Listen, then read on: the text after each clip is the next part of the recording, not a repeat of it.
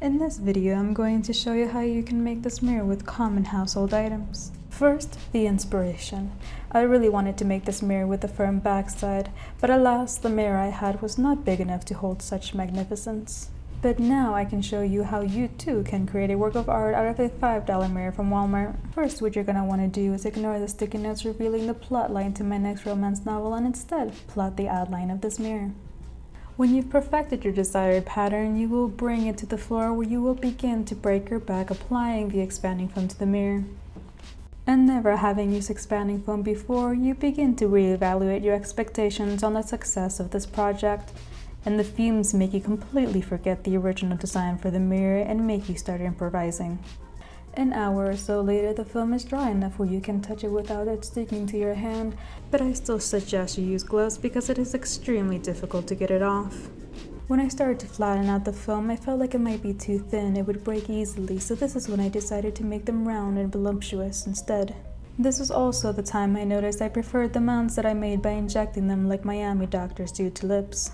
And unfortunately, to the other side, the damage had already been done, and all that was left to do to salvage them was carve out the imperfections and cover them with filler. Here you can see all the grotesque imperfections when left unfilled and unsatisfied. I first used this multi-use forbidden pasta from my sister, but I do not recommend it for this project since it did not dry hard and left a chalky texture. Instead, I recommend this box of ready mixed plaster that you may also find as joint compound at your local Home Depot, and continue to add another 2 to 3 layers of it, letting each layer dry before applying the next one. As you can see, just after one layer, it is still too textured for my personal preference, so we will continue to cover all its nooks and crannies. I actually put on so many layers that the hook came off from the weight of all that perfection, and even when I reattached it with glue, it did not hold. So I improvised by putting 2 thin nails to the wood part of the mirror and bending them until there were 2 little hooks that I could wrap wire around to make a hanger strong enough to hold up my hopes and dreams.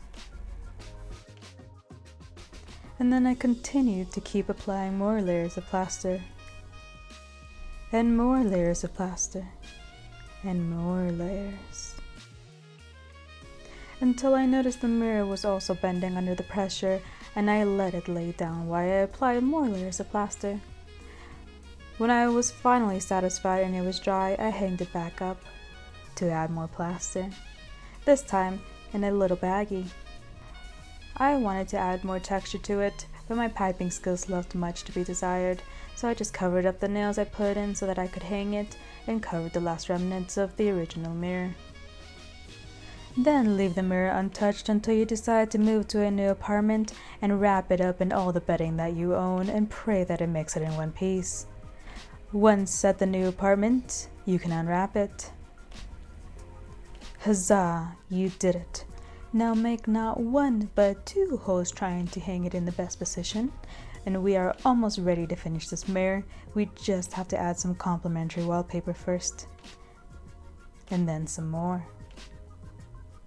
Once you are happy with all the assorted wallpaper and gotten yourself the proper piping tools, then you can continue to add the final details to the mirror. Then forget that you need to lay the mirror down before you start, or else the plaster will start dripping. Once the plaster is dry, you must carry it back like a baby or risk cracking it. And there you have it.